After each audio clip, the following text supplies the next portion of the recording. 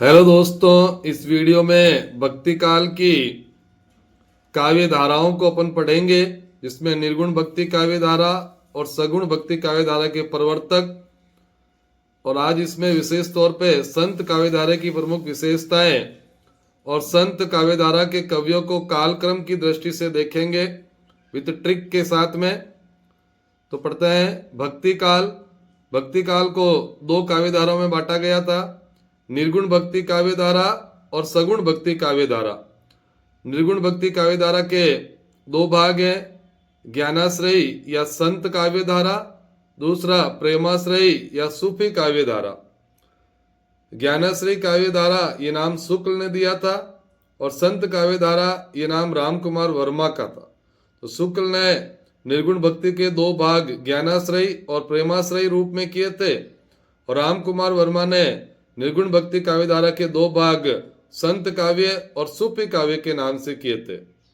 ज्ञानाश्रयी शाखा की प्रमुख भाषा सद्दुकड़ी है, इसमें मुक्तक काव्य है, और ज्ञानाश्रयी या संत काव्य धारा के प्रतिनिधि कवि कबीर है। इसी प्रकार प्रेमाश्रयी या सूफी काव्य धारा की भाषा अवधि, इसमें प्रबंध काव्य मिलते हैं, और प्रेमाश्रयी काव्य धारा के प्रतिनिधि कवि जायसी है। सगुण भक्ति काव्य धारा को दो भागों में बांटते हैं, राम भक्ति शाखा और कृष्ण भक्ति शाखा। राम भक्ति शाखा के प्रतिनिधि कवि तुलसीदास है। कृष्ण भक्ति शाखा में अपन विभिन्न संप्रदायों को पढ़ेंगे, जिसमें निम्बार्क, राधा वल्लभ, सखी संप्रदाय, वल्लभ संप्रदाय, चैतन्य संप्रदाय ये प्रमुख हो गए, और कृष्ण भक्ति शाखा के प्रतिनिधि कवि मीरा, रसखान और रहीम है। आज अपन इसमें निर्गुण भक्ति काव्य धारा का पहला भाग ज्ञानाश्रयी और संत काव्य धारा के बारे में पढ़ेंगे। निर्गुण भक्ति काव्य धारा जिन भक्त कवियों ने ईश्वर को निर्गुण, निराकार, अजन्मा, अनंत, अनादि, अगोचर मानकर उनकी उपासना की व काव्य रचना की, उनके द्वारा रचित काव्य निर्गुण भक्ति काव्य धारा के नाम से जाना जाता है। निर्गुण भक्ति में ईश्वर का कोई रूप नहीं है, निराकार, अजन्म, अनंत, अनादि, अगोचर मान करके कवियों ने उनके ऊपर काव्य रचनाएं की थे। निर्गुण भक्ति काव्य धारा को दो भागों में बांटते हैं। पहला है ज्ञानाश्रयी या संत काव्य धारा। तो जिन भक्ति कवियों ने ज्ञान को ईश्वर प्राप्ति का एकमात्र माध्यम मानकर काव्य रचना की, यानी ज्ञान को एकमात्र माध्यम माना, उनके द्वारा रचित काव्य को शुक्ल जी ने ज्ञानाश्रयी काव्य धारा नाम दिया तथा डॉक्टर राम कुमार वर्मा ने संत काव्य धारा के नाम से संबोधित किया। तो शुक्ल ने ज्ञानाश्रयी और प्रेमाश्रयी दो भाग किए थे निर्गुण भक्ति के, और राम कुमार वर्मा ने निर्गुण भक्ति के दो भाग संत और सूफी काव्य धारा के नाम से किए थे। देखते हैं निर्गुण भक्ति में ज्ञानाश्रयी या संत काव्य धारा की प्रमुख विशेषता है।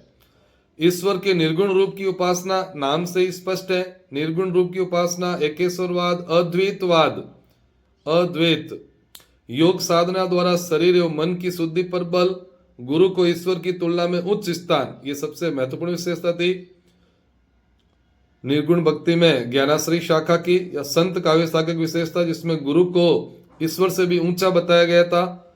माया और मोह की निंदा, बाह्य आडंबरों का खंडन, जाति प्रथा एवं वर्ण व्यवस्था का विरोध ज्ञानाश्रयी शाखा में हुआ था। अधिकांश संत कवि विवाहित एवं दलित थे, इनका गृहस्थ के प्रति बहुत ही आदर भाव था।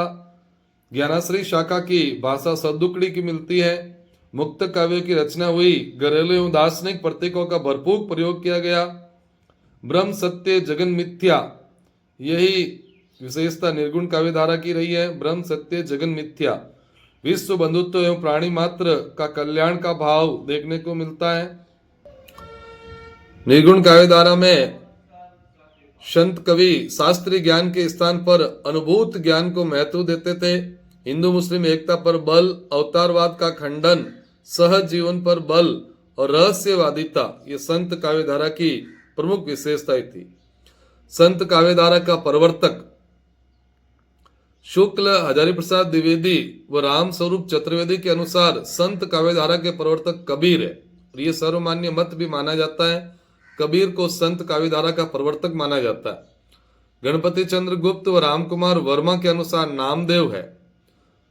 तो शुक्ल, हजारी प्रसाद द्विवेदी और राम स्वरूप चतुर्वेदी के अनुसार कबीर संत काव्य धारा के प्रवर्तक माने जाते हैं। शुक्ल का कथन भी है कि निर्गुण मार्ग के निर्दिष्ट प्रवर्तक कबीरदास ही थे। बहुत ही महत्वपूर्ण प्रश्न यहां से बनेगा, संत काव्यधारा के कवियों का आरोही कालक्रम, जन्म की दृष्टि से इनका कालक्रम है, कालक्रम अनुसार प्रश्न भी आता है तो वो राइट हो जाएगा इनसे। तो सबसे पहले आते हैं नामदेव। नामदेव का जन्म 1135 में हुआ, 1215 ईस्वी में इनका निधन माना जाता है। ये दर्जी जाति के थे और महाराष्ट्र से थे। रैदास 1388 से 1518 चमार जाति के और काशी के थे। कबीर का जन्म 1398 ईस्वी 1518 जूल्हा काशी में इनका जन्म माना जाता है। कबीर 1398 से 1518। जंबनाथ 1451 से 1523 राजपूत जाति से, नागौर में इनका जन्म हुआ था। तो 4 नंबर पे जंबनाथ 1451। फिर हरिदास निरंजनी 1455 से 1543 ईस्वी डीडवाना से। गुरु नानक 1469 से 1538 ईस्वी तलवंडी पाकिस्तान में है, जो ननकाना साहिब के नाम से जाना जाता है, वहां इनका जन्म हुआ था। 1469 गुरु नानक। संत सिंगा 1519 से 1659 ग्वाला थे और खजूर मध्य प्रदेश में इनका जन्म हुआ था। संत सिंगा के बाद में लालदास 1540 1648 मेव जाति के धौलीधूप अलवर राजस्थान से है। लालदास 1540 से 1648। दादू दयाल 1544 से 1603 ईस्वी दुनिया जाति के और अहमदाबाद में इनका जन्म हुआ था। तो दादू दयाल 1544। रज्जब जी पठान जाति के जयपुर में इनका जन्म हुआ था। रज्जब जी का जीवन काल 1567 से 1689 ईस्वी तक। मलुकदास 1574 से 1682 ईस्वी प्रयागराज में इनका जन्म हुआ। मलुकदास। तो दादू दयाल 1544, रज्जब जी 1567, मलुकदास 1574, बाबालाल 1590 से 1655 खत्री थे। कुसपुर पंजाब में इनका जन्म हुआ। सुंदरदास सबसे अंत में रहेंगे। सुंदरदास 1596 से 1689 ईस्वी वणिक दौसा जयपुर में इनका जन्म माना जाता। तो ये थे संत कवि कालक्रम अनुसार। नामदेव, रैदास, कबीर, जंबनाथ, हरिदास निरंजनी, गुरु नानक, संत सीगा, फिर लालदास, दादू दयाल, रज्जब, मलुकदास, बाबालाल और सुंदरदास। इसकी एक ट्रिक भी मैंने बनाई है, आप अपने अनुसार कोई भी अच्छी ट्रिक बना सकते हैं जैसे आपको अच्छा याद रहे। ट्रिक है, नारे कब जब हरि गुरु को सींग लादा। नारे कब जब हरि गुरु को सींग लादा और राज मिला बाबासु। राज मिला बाबासु। नारे कब, ना से नामदेव, रे से रैदास, कब से कबीर। तो नारे कब जब हरि गुरु को, जब से जंबनाथ, हरि से हरिदास निरंजनी, गुरु नानक, सिंह से सिंगा, ला से लालदास और दा से दादू दयाल लादा। और राज मिला बाबासु, राज से रज्जब, मिला से मलुकदास, बाबालाल और अंत में सुंदरदास। तो ये संत काव्यों के आरोही कालक्रम की ट्रिक है। नारे कब जब हरि गुरु को सिंह लादा और राज मिला बाबासु।